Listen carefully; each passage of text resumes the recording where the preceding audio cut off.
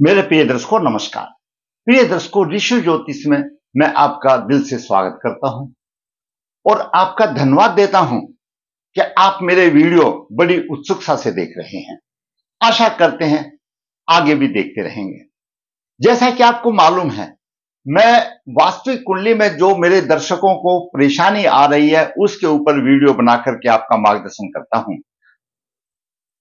ठीक भविष्य फल के लिए तो वर्क कुंडली भी देखना अनिवार्य है, लेकिन वो वीडियो में संभव नहीं हो सकता। 10, 15, 20 मिनट में कम समय होता है। उसके लिए तो मैं पत्रिका लिखता हूं। मेरी पत्रिकाएं लेंदी हो जाती हैं, 25-30 पेज की हाथ से लिखी हुई पत्रिका हो जाती है, जिसमें वर्क के आधार पर जीवन में जितनी भी जो आपकी आवश्यकता है उसमें शुभ अशुभ योग उपाय आदि का निचोड़ देता हूं। जो इच्छुक है संपर्क कर सकता है। कन्या भाव के लिए गुण मिलान मैं बिना किसी शुल्क से अभिभावक की राह आसान करता हूं। मेरे पास वो चीज नहीं है आपका ऐसा होगा तो ऐसा होगा। जब ग्रहों को कुंडली में डाल करके देखा जाता है वास्तविक कुंडली में, तब पता चलता है कि वह ग्रह कितना योग कारक है। और जैसा कि आप अभी संबंधित कुंडली में देखेंगे, एक लगभग 70 साल की आयु के पुरुष जातक का प्रश्न आया है कि क्या गुरुजी मैं जीवन भर कोर्ट कचहरी के केस में ही फंसता रहूंगा, कभी अंदर कभी बाहर, कभी कुछ कभी कुछ। तो क्या मेरे तकदीर में यही लिखा है? मैंने बहुत उपाय कर लिया लेकिन कहीं से राहत नहीं मिली। आयु देखिए उसकी 70 ईयर्स हो गई है। विचार करने वाली बात है। आखिर क्या है गहरा योग, क्यों ऐसी उसके साथ हो रही है? तो विचार करते हैं कुंडली में उसके क्या कहते हैं। 12 भाव कुंडली के हैं। यह लगन लग्नेश का भाव है जो कि स्वयं का प्रतिनिधित्व करता है। द्वितीय भाव धन का है, कुटुंब का भी भाव है। पराक्रम का तीसरा, चतुर्थ भाव घरेलू सुख का भाव है। पंचम भाव शिक्षा, संतान, बुद्धि, विवेक आदि का भाव है। छठा भाव रोग, शत्रु, ऋण और छठा भाव कोर्ट कचहरी का भी भाव है। सप्तम भाव जीवन साथी का, व्यवसाय का। अष्टम भाव जीवन कष्ट का और नौ भाव भाग्य का भाव है, धर्म का भाव है। दसम भाव ऊंचाई में ले जाने वाला, सम्मान प्राप्ति वाला भाव है। एकादश भाव इच्छा पूर्ति का भाव है, बड़े भाई का भाव है, आमदनी का भाव है। द्वादश भाव किसी प्रकार का दंड, कोर्ट कचहरी का भी भाव है, सेवा सुख का भी भाव है, विदेश का भी भाव है और खर्चे का भी भाव है। आमतौर पर होता है। दर्शकों, जो जातक विदेश जाता है उसकी कुंडली में कहीं ना कहीं चतुर्थ भाव और द्वितीय भाव परेशानी में होता है। क्यों?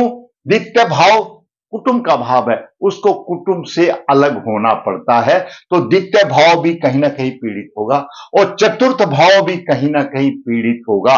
वह जातक विदेश जाएगा और कोर्ट कचहरी के चक्कर भी उसी के कटेंगे, जिसको कि घरेलू सुख और परिवार कुटुंब के सुख नहीं मिलेंगे। उससे यह आम आदमी सोचेगा, वह जातक कोर्ट कचहरियों में ही भागता रहेगा, उसको स्वप्न भी सुख नहीं मिलता है।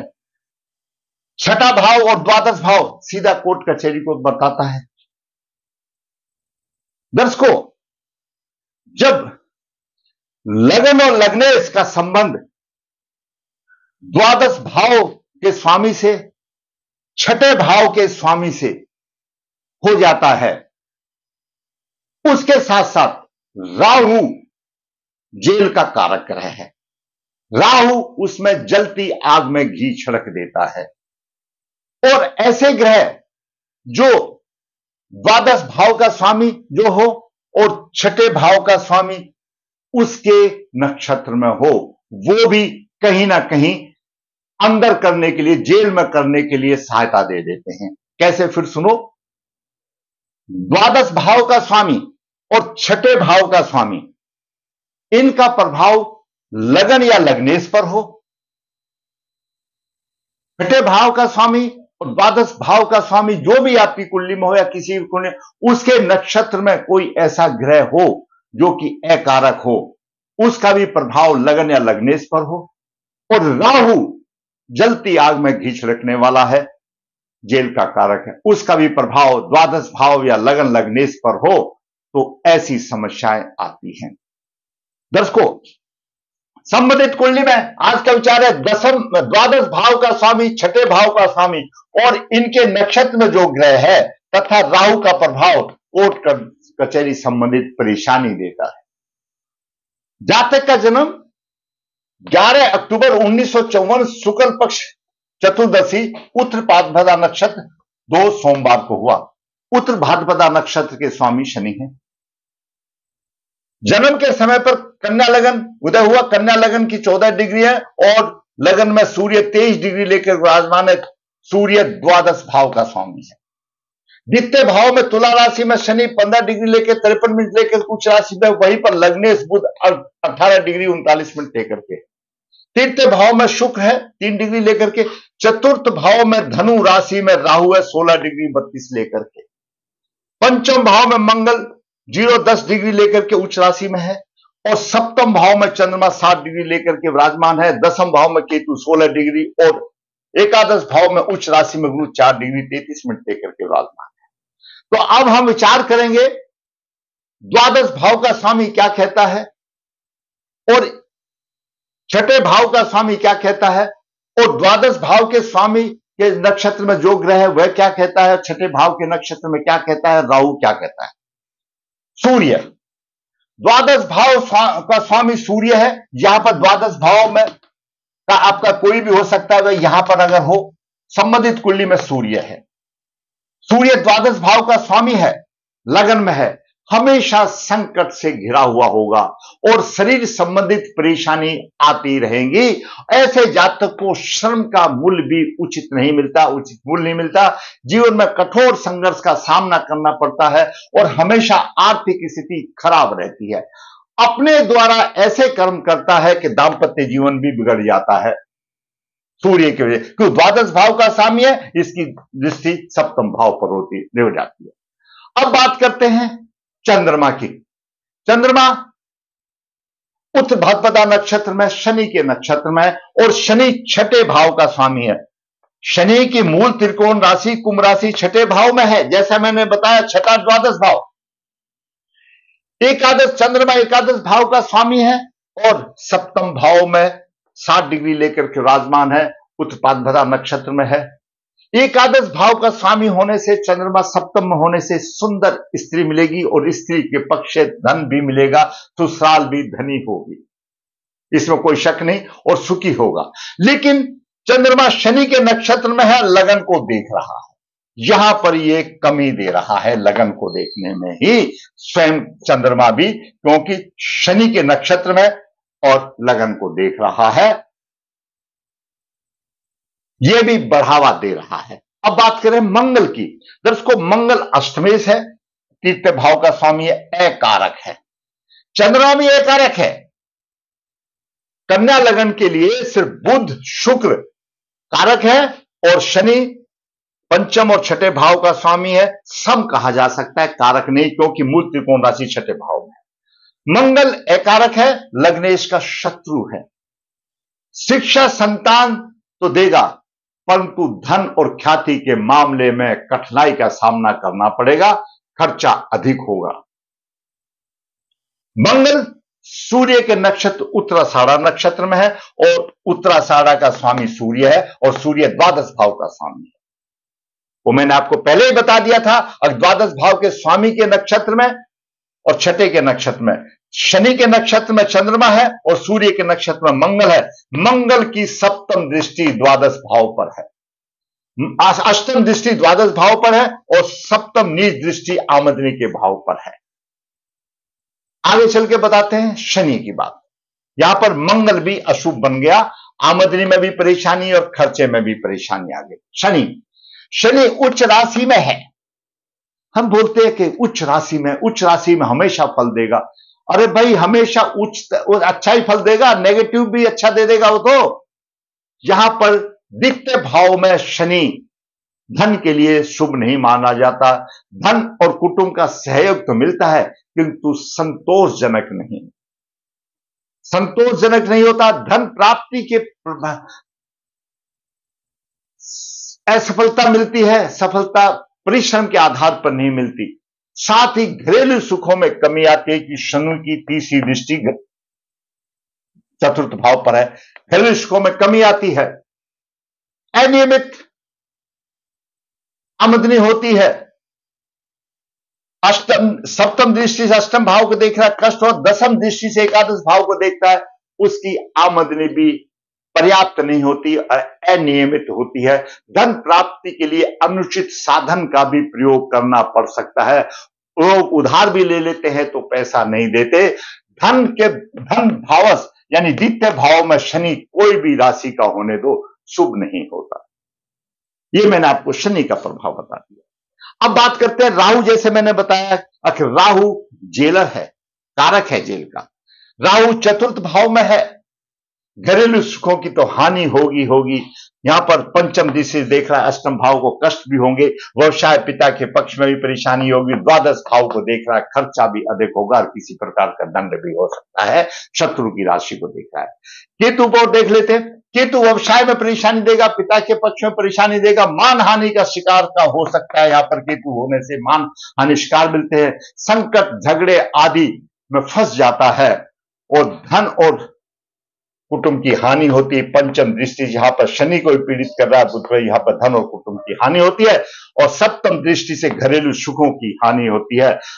नौ दृष्टि से शत्रु पक्ष पर प्रभावी रहता है। ये मैंने सामान्य बताया। अभी दर्शकों देखिए, चतुर्थ भाव पर राहु है और शनि की दृष्टि है। चतुर्थ भाव के सुखों में हानि, घर से दूर यानी जन्म स्थान की हानि, उसको सुख नहीं।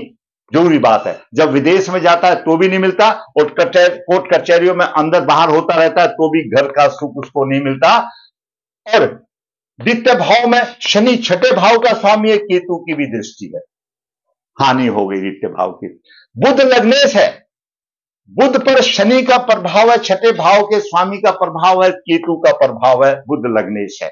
मैंने बताया था कि लगन और लग्नेश पर द्वादश भाव और छठे भाव का स्वामी का प्रभाव हो। लगन पर सूर्य का प्रभाव है, द्वादश भाव का स्वामी है। लग्नेश पर छठे भाव का शनि का प्रभाव है, बुध शनि एक साथ है प्रभाव है। और द्वादश भाव में मंगल का भी प्रभाव है और द्वादश भाव में राहु का भी प्रभाव है। और लगन पर चंद्रमा भी शनि के नक्षत्र में, यह चंद्रमा का भी प्रभाव लगन पर अशुभ माना जाएगा। तो ऐसे जातक को कोर्ट संबंधित परेशानियां आती रहेंगी।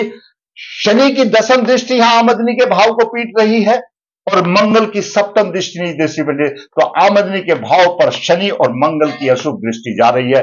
गुरु पर भी अशुभ जा रही है, तो गुरु भी उच्च राशि में है, थोड़ा सा देगा, लेकिन ये पैर पकड़ के पीछे खींच लेते हैं। आमदनी में भी परेशानी आ रही है। यह समस्या आई जातक की कुंडली में, ये द्वादश भाव का स्वामी, छठे भाव का स्वामी और इनके जो नक्षत्र में जो ग्रह है उसका प्रभाव लगन या लग्नेश पर हो तो कोर्ट कचहरी के चक्कर काटता रहता है। और जातक 70 साल की आयु हो गई, कभी किसी में फंस जाता है, कभी किसी में फंस जाता है, ऐसे ही चक्कर काटता रहता है। यह उसकी परेशानी रही। उपाय दर्शकों, हर आदमी उपाय तो करता है, इसमें कोई दो राय नहीं, लेकिन हर उपाय के पीछे श्रद्धा है।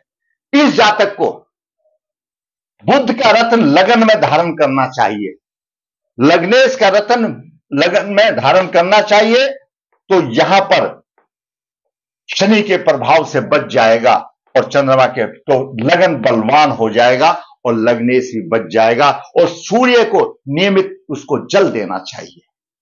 राहु पितामह है, पितरों के निमित्त जो कार्य है श्राद्ध आदि उसको करे। और उनके अगर पूरी कुंडली का देखने से पता चलेगा, तो अगर अतृप्त योनि में है तो उनकी मुक्ति कराना भी जरूरी है। तो राहु के भी उपाय करे और शनिवार को पीपल को जल काले तिल डालकर अवश्य दे। शनिवार को पीपल को जल दे काले तिल डाल करके, सूर्य को अर्घ दे, उदय होते ही उसको जल दे, लग्नेश का रत्न धारण करे और राहु के उपाय करे, मंगल के उपाय करे। उपाय तो करने पड़ेंगे और मैं कहता हूं 2, 4, 6 महीने में उसको आराम दिखाई दे जाएगा। इसमें खास बात यह है इस कुंडली में कि सूर्य भी पीड़ित नहीं है, अपना प्रभाव दे रहा है, द्वादश भाव का स्वामी मजबूर है सूर्य देने से, लेकिन उसको जल देने से ही हो जाएगा। चंद्रमा भी पीड़ित नहीं है, गुरु और चंद्रमा का 9 पंचम योग बन रहा है, तो सूर्य पीड़ित नहीं है, चंद्रमा भी पीड़ित नहीं है, तो साधारण उपाय से उसका काम चल जाएगा। आप विश्वास करके मानिए, अगर आपकी भी कुंडली इस तरह की है तो अवश्य लाभ होगा। दर्शकों, मैंने एक 70 साल की आयु जो कि भटक रहा है, जिसने मेरा वीडियो देखा, चलो ठीक है मैं गुरुजी से संपर्क करूं, मैंने उसका मार्गदर्शन किया और शास्त्रों के आधार पर मार्गदर्शन किया। अगर आपको लगता है यह वीडियो मेरे किसी भाई का, किसी बहन का, किसी बेटे का, किसी का भी मार्गदर्शन कर सकता है, तो मैं कहूंगा भाई आप लाइक अवश्य करें, शेयर करें, ताकि मेरा मनोबल भी ऊंचा हो। और मैं चैलेंज के साथ कहता हूं, किसी एक प्रॉब्लम से आप लिख दीजिए, मैं नंबर से आपका वीडियो बना करके आपका मार्गदर्शन अवश्य करूंगा। मुझे भी एक टॉपिक मिल जाएगा, इस तरह के मुझे भी एक डेट ऑफ बर्थ मिल जाएगी, ताकि उसने के न जैसे ही नंबर आएगा तो आपका भाई संपूर्ण के लिए तो पत्रिका लिखता हूं। दर्शकों, मेरी आपसे विनती रहेगी, आपसे आग्रह रहेगा, अगर आप मेरे वीडियो से खुश होते हैं, आपका मार्गदर्शन करता है, मैं मेहनत करता हूं, तो भाई आप लाइक और शेयर अवश्य करें। जिससे मेरा चैनल सब्सक्राइब नहीं है, सब्सक्राइब करें, ताकि मेरा मनोबल भी ऊंचा हो और इसी प्रकार मैं वास्तविक कुंडली बना करके आपका मार्गदर्शन करता रहूं। धन्यवाद।